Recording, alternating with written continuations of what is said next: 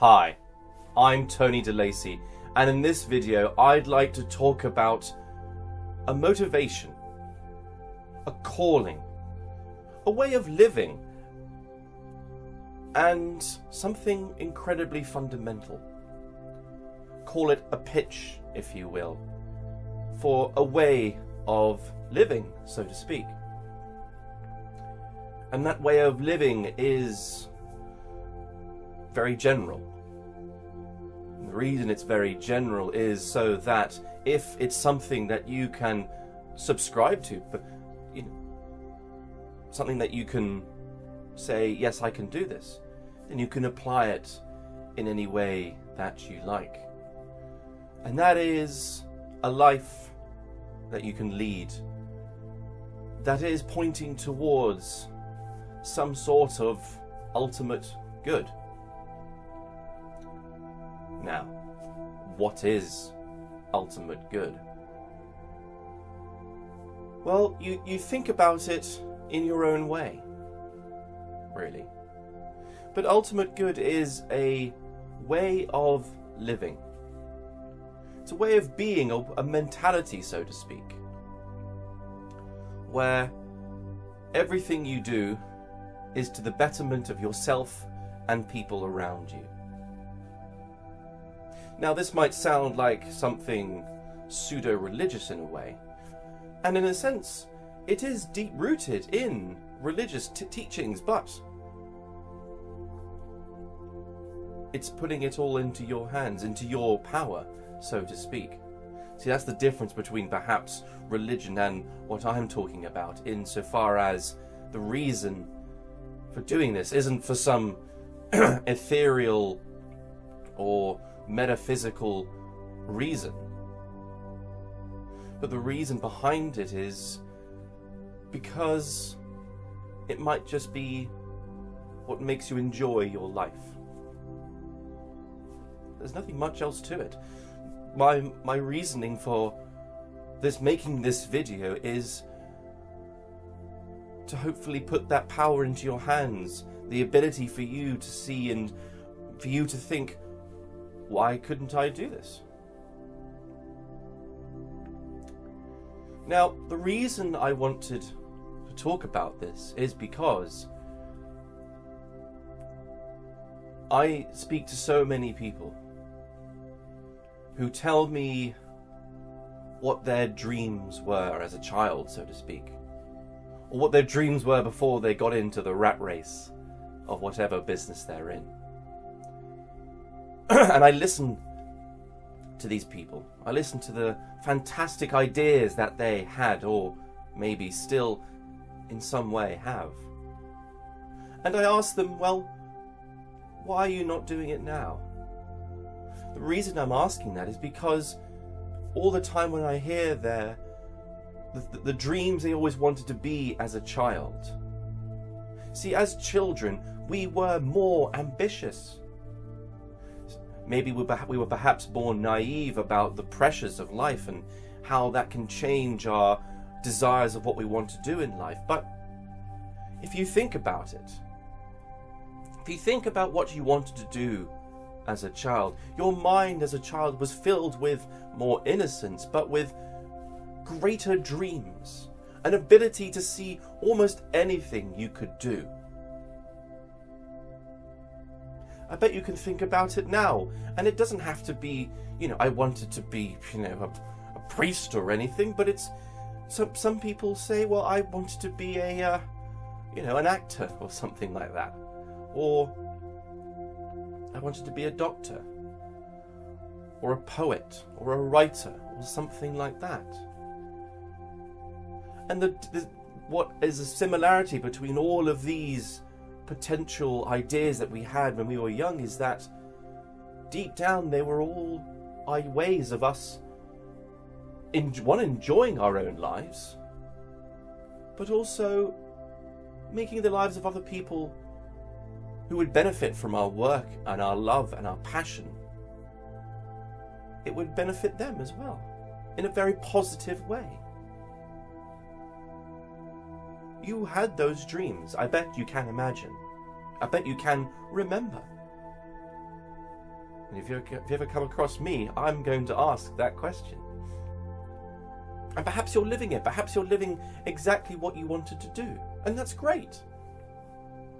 Because there's such great fun and great meaning that comes out of doing something which has, in your own special way, an ultimate good.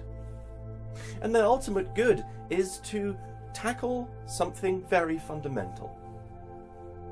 As Jordan Peterson said, life is suffering. He doesn't say that flippantly. It's based on so many teachings across the world. In almost every culture, there is almost one constant, and that life is suffering. So what do people do in the face of that? Well, they try and reduce it. And you reduce it by finding meaning in your life. Finding something that does some good for you. And once you master it for yourself, you unleash it on the world. And that helps reduce the suffering for other people around you. And when you were young, you had an idea of it. And you wanted to reduce some suffering. You saw something in the world that you thought, I could help give them some sort of benefit from my own expertise, you could say, but from my own passion. Because we need more of it. The world always needs more. And you knew how to do it. You had in your mind an idea of something. Because ultimate good is just that. It is doing such good work, because when you do ultimate good, it spills out into so many things that you do. How do I know? Well, let's take it the opposite way. What if you were not pursuing ultimate good? What if you were just doing something which just made sure that the day got through quicker? You can get through the day quicker. What if you were doing something that was expedient, work-wise, let's say? That mentality of, well, it's doable, it'll work for me, it'll do. I know it's not doing good, but hey, it's bringing in money, and I can live my life that way. It'll be enough for me. Now, instantly you can hear that it's very self-centered, that, but also, which is true. Now, take that and apply it to everything else in your life, not just your work. That'll do. Imagine the kind of friends that you're going to have around you if they'll do. Imagine the relationship you'll have. It'll do.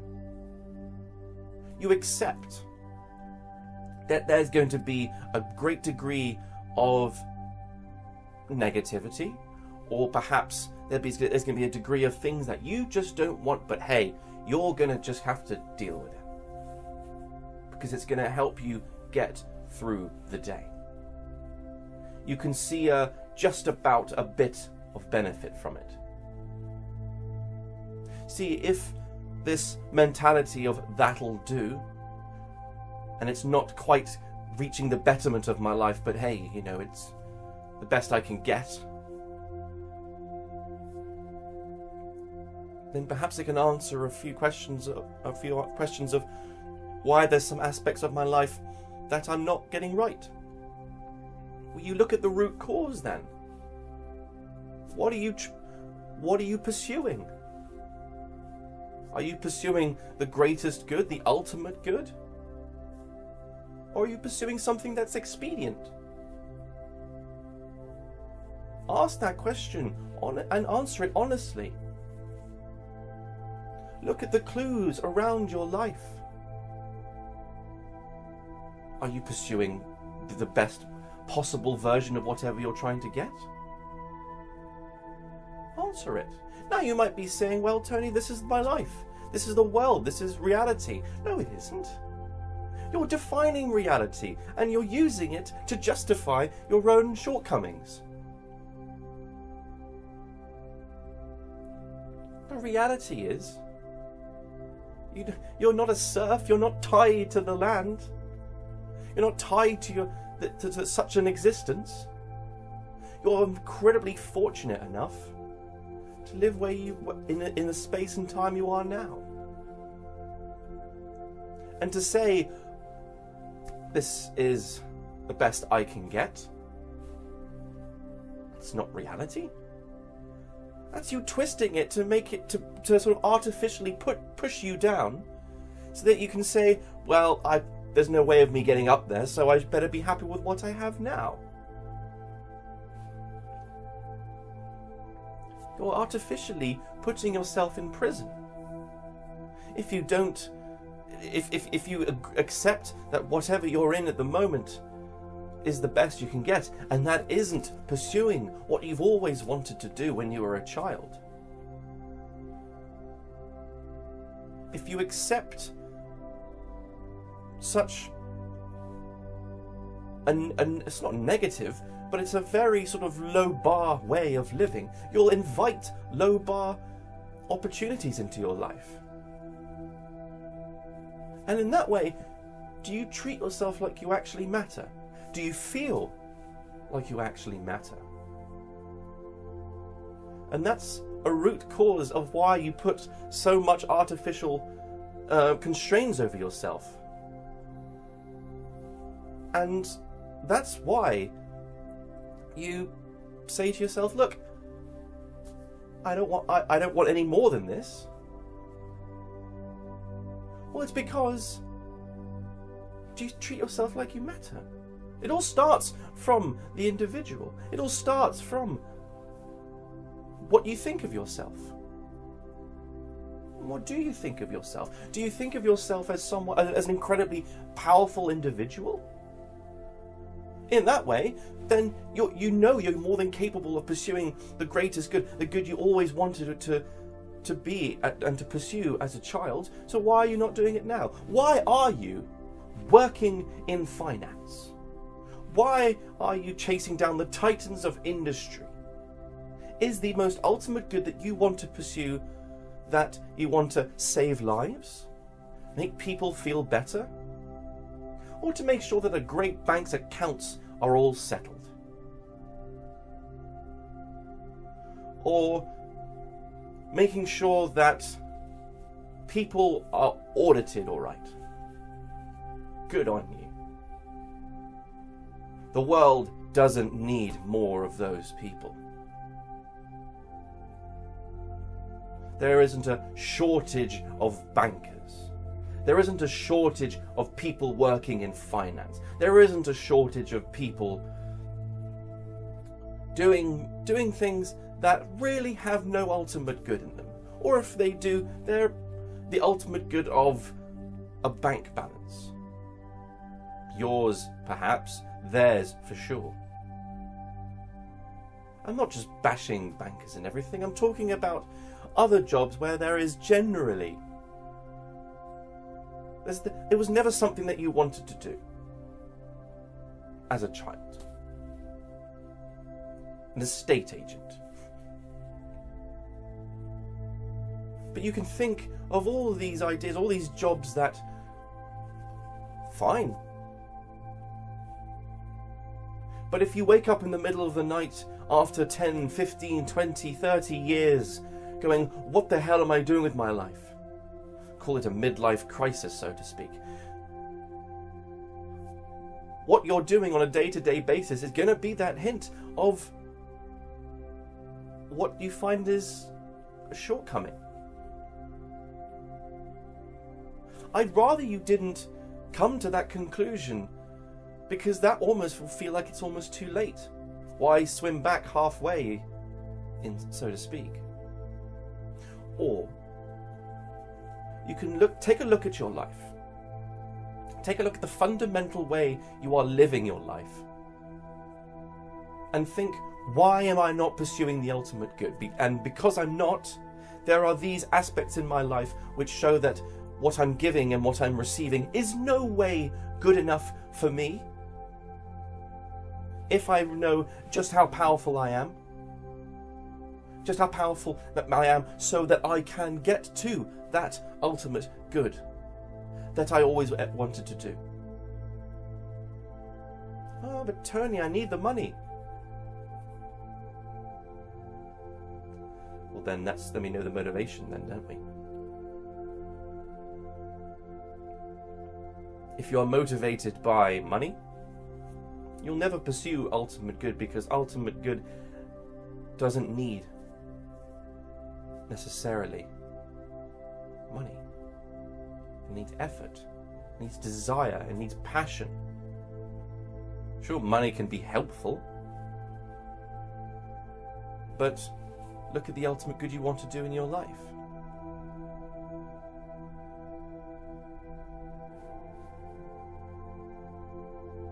The reason why you should do it, the reason why you should pursue something ultimately fantastic and meaningful is one, it gives your life meaning.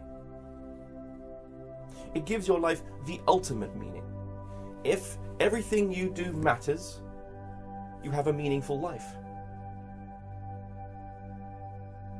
And who does it matter to? It's going to matter to you, and to the more people that it matters to in a positive, fantastic, and enlightening way, the better. And it won't feel like a 9-to-5 job. It'll feel like a lifestyle, a life you want to live, a life that you can love. So you're killing two birds with one stone here. You have a meaningful life and you can love yourself. And if you're doing that, it'll feed into everything you do. Your passion for what you actually wanted to do all this time but felt you weren't ready will just come out and you'll do it. That's the difference between those who work in a bank and those who work, I don't know, those who go and try and help people. Is that they've decided that's their purpose in life. What is your purpose in life? Is it to get by, or is it to live? Is it to do such good in the world? Or is it to just get by? Answer that question, because then you'll see all the things that you're doing wrong for the sake of expedience. For the sake of expedience, you will lie. You will twist reality to make sure you feel better about yourself. You'll accept malevolent people if it gets you towards a certain way of, or closer to your whatever your goal is. And when you get to your goal, you'll get there and you'll think, well, now what? And you'll surround yourself with things that ultimately won't satisfy you. Because deep down, when you were a child, for example, you had all these dreams, ideas. They don't go away. They just get shoved down. So you don't feel bad because you're not pursuing it. So you take the other approach. You have ultimate meaning in your life. You go for something, the ultimate goal. You'll never lie. You'll be honest. You'll see things for what they really are. You'll perceive people for who they really are. You'll go for something that has such a positive effect on you and a positive effect on everyone else around you. Because you'll know probably 1,000 people in your life, and throughout your entire life, And for every person that knows 1,000 people, you're one person away from 100,000, from 1,000,000, and 2 people away from 1,000,000,000.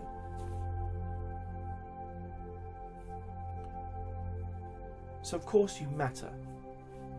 Of course you can have such a positive impact.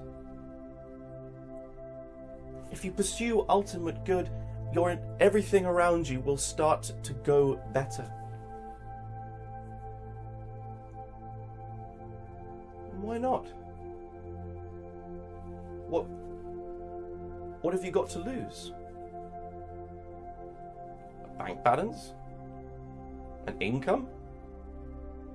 You still get an income. You can still have 2 jobs, say.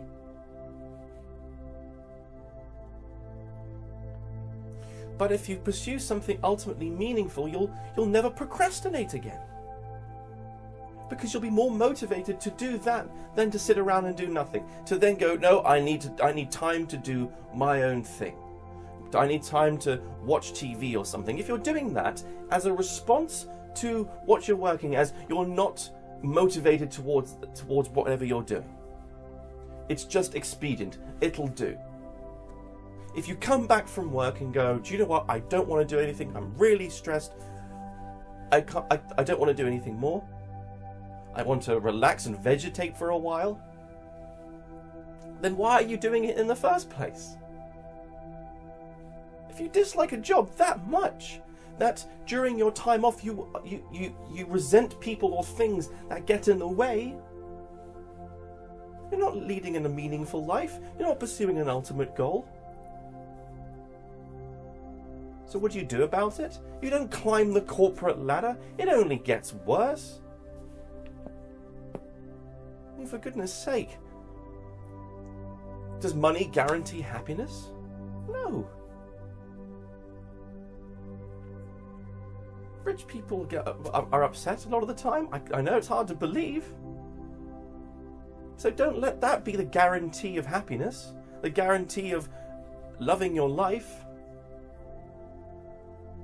The clue is in what you're pursuing. The clue is in how powerful you think you are, that you're able to pursue something. You knew you were powerful back when you were a child. What happened? What changed? Reality? No. Excuses happened. Putting yourself down along the way happened. It's natural.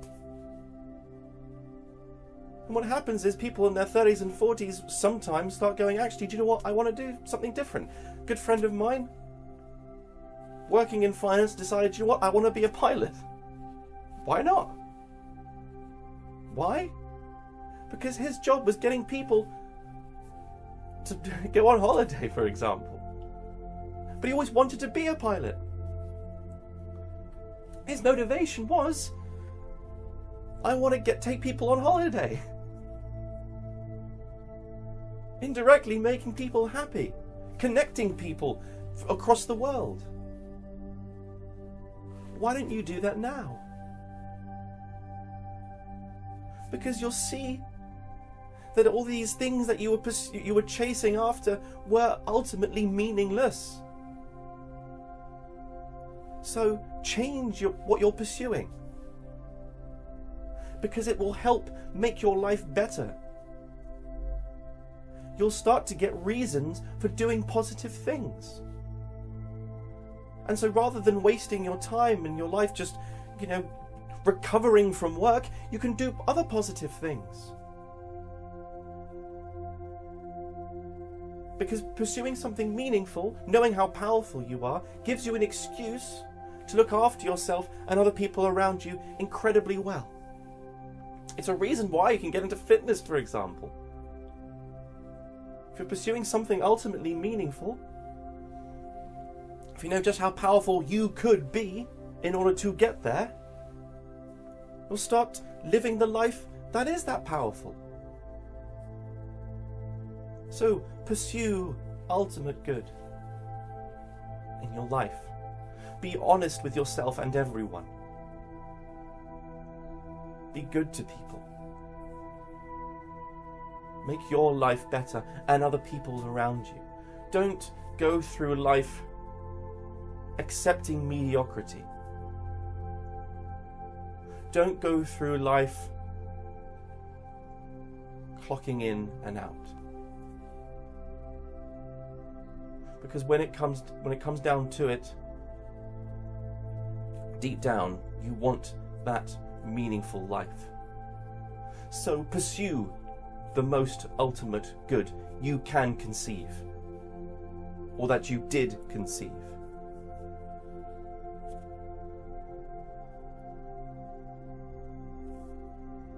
And you will finally do what you always wanted to do. You will reduce the suffering of life for yourself and other people. What more noble way is there of living? And if we all started doing it, imagine the world we live in today. Strong, powerful, good individuals living and working together. Well, I can't speak for everyone around you, but hopefully I'm speaking to you. Make the difference. Be that individual who pursues the most ultimate good, because then you'll let other people do the same, and that can make all the difference. And I hope that you'll join me in there and we can do that. And you can set your passions free. Be that doctor. Be that poet. Be that writer. Be that actor. Be whatever you wanted to be in order to make people's lives better as well as your own. Maybe we can start something fantastic. Well, it starts with you making your life amazing in pursuit of that ultimate good. Thank you.